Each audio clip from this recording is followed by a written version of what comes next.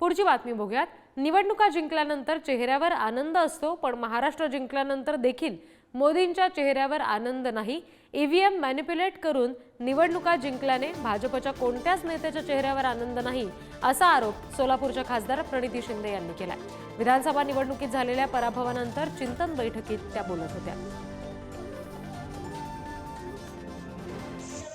पहिला प्रश्न पहिले जे राहुल गांधीजी म्हणाले, कारण का सीडब्ल्यूसी मध्ये आम्ही सगळे होतो ती हायेस्ट डिसिजन मेकिंग बॉडी असते काँग्रेस पक्षाची। ते म्हणाले की जेव्हा आपण जिंकतो तेव्हा सगळ्यांच्या चेहऱ्यावर आनंद असतो आणि हरतो तेव्हा दुःख असतं। ते म्हणाले जरा उलट करा, कारण का आपण हरलो नाही आहोत, ही ह्या विचाराचा आहे।